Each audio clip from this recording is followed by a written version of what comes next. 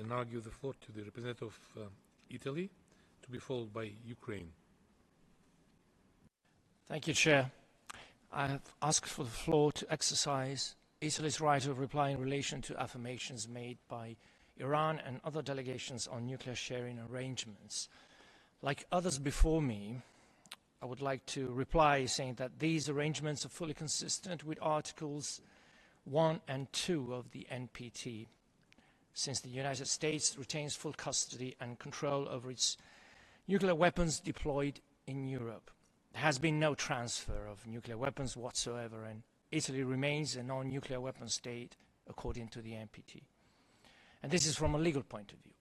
Now, from a historical point of view, we would like to humbly suggest to those delegations that made remarks about these arrangements to look up the history of the NPT, especially the many interesting articles on the negotiation process in the 60s.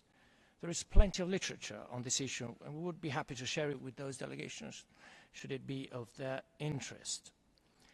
These arrangements were known at the time. In fact, the NPT was negotiated taking into account NATO's nuclear sharing arrangements. They were part of the general understanding on a non-proliferation treaty and were discussed and accepted by the Soviet Union and by other signatories. No one objected to these arrangements during the negotiations. No one objected to these arrangements upon signing and ratifying the treaty. No one objected to these arrangements for decades at each of the first 9 review conferences. Then, on 2015, the Russian Federation raised this issue for the first time. A year after its annexation of Crimea, the illegal annexation of Crimea and the invasion of the eastern regions of Ukraine in 2014. And perhaps this is not a coincidence. Unfortunately, other delegations adopted this historically inaccurate and legally unfounded position. We call on those delegations to consult the historical record and review their position accordingly. Finally, a political historical consideration. Far from being in violation of the NPT, nuclear sharing arrangements have provided an element of stability to the NPT since its inception. Not only are they in full legal compliance with the NPT, they have also been for decades, and remain to this day, beneficial to the NPT.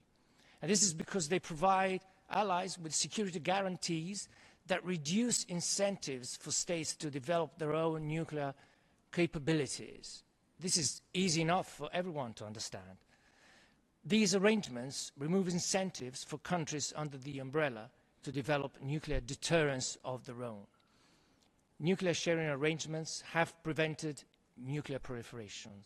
They have prevented it. So they have contributed, and they still contribute, to one of the treaty's main goals. I thank you, Chair. Thank you.